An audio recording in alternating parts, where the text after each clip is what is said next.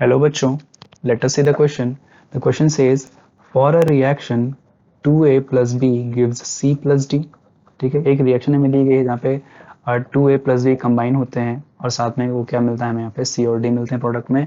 The following data is collected by experiments. और उन पे एक्सपेरिमेंट्स किए जाते हैं. देन हमको यहाँ पे कुछ डेटा मिलता है जहाँ पे 4 सेट के डेटाज हमें दिए गए हैं. सभी सेट्स में हमको क्या है ए नॉट की कंसंट्रेशन दी गई है मल्टीप्लाइड बाय 10⁻² मोलारिटी में. बी नॉट की कंसंट्रेशन दी गई है. देन हमको टी हाफ दिया गया है एंड देन टी 7/8 हमें दिया गया है कितने मिनट्स में हो रहा है.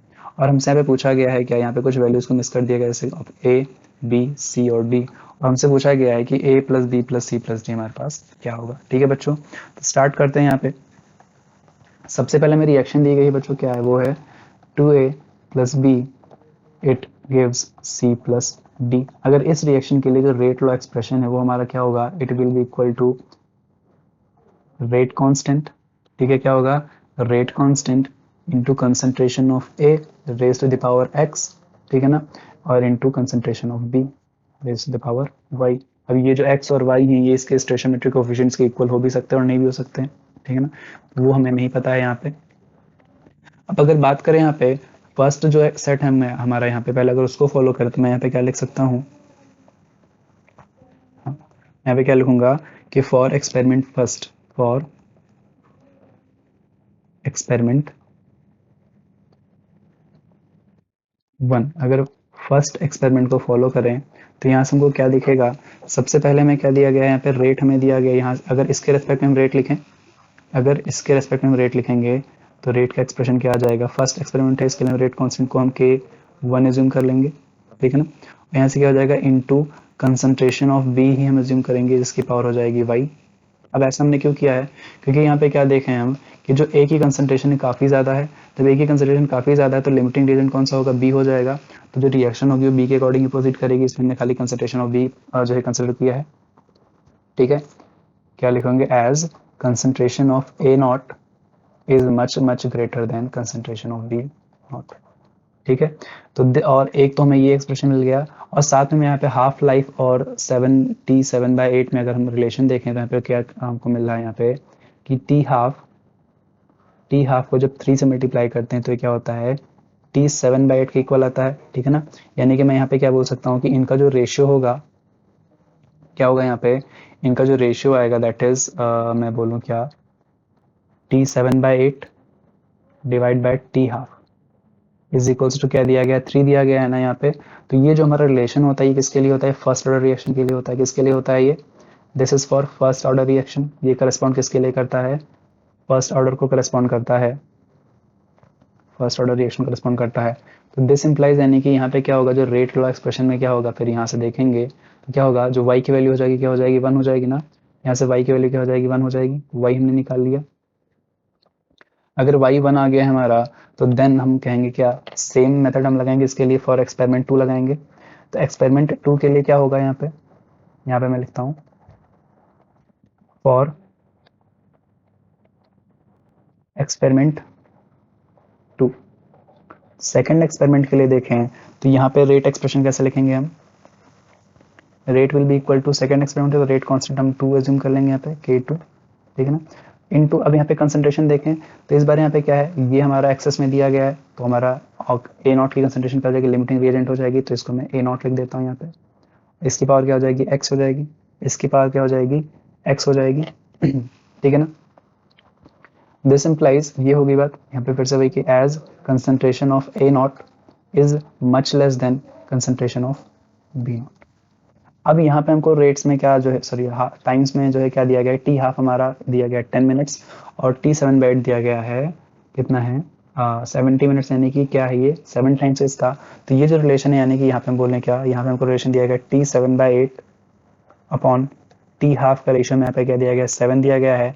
और ये जो रिलेशन होता है ये करस्पॉन्ड किसके लिए करता है, this corresponds to second order reaction. ये क्या होता है सेकेंड ऑर्डर रिएक्शन के लिए होता है.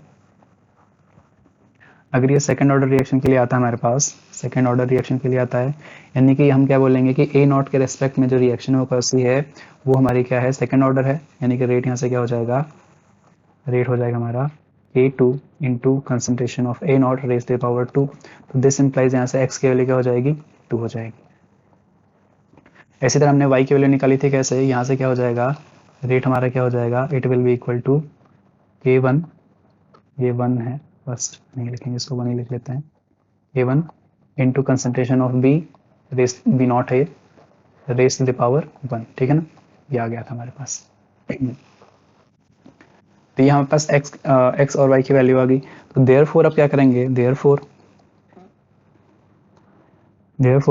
फ्रॉम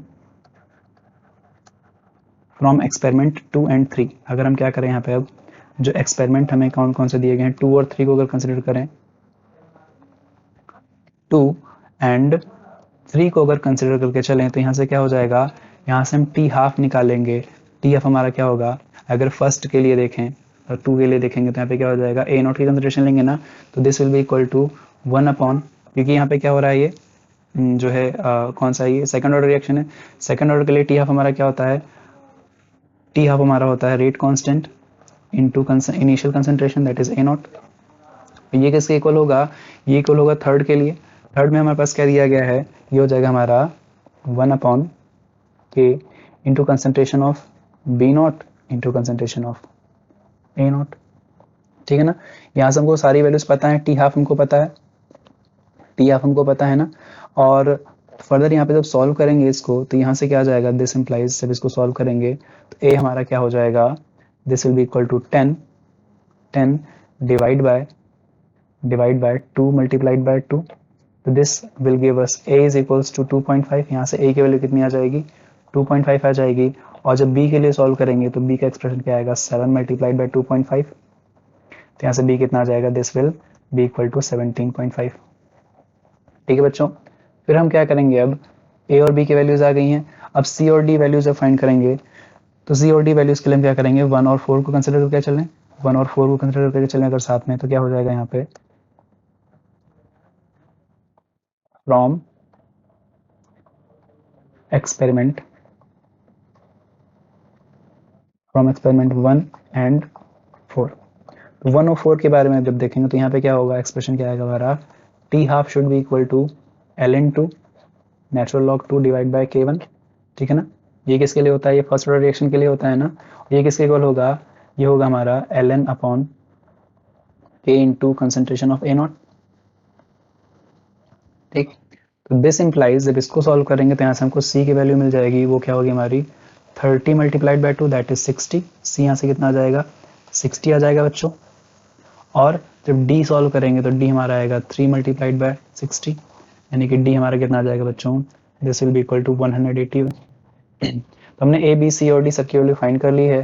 तो क्वेश्चन में क्या कहा गया था, क्वेश्चन से कहा गया था find the sum of a plus b plus c plus d, तो देयरफॉर क्या होगा यहाँ पे, a plus b plus c plus d, this will equal to a कितना हमारे पास है 2.5 प्लस d कितना है 17.5 प्लस c कितना है 60 प्लस d कितना है 180। इन सबको जब ऐड करेंगे बच्चों तो हमारा कितना आ जाएगा, this will be equal to 260। तो ये हमारा आंसर हो जाएगा बच्चों। I hope you understood, best of luck.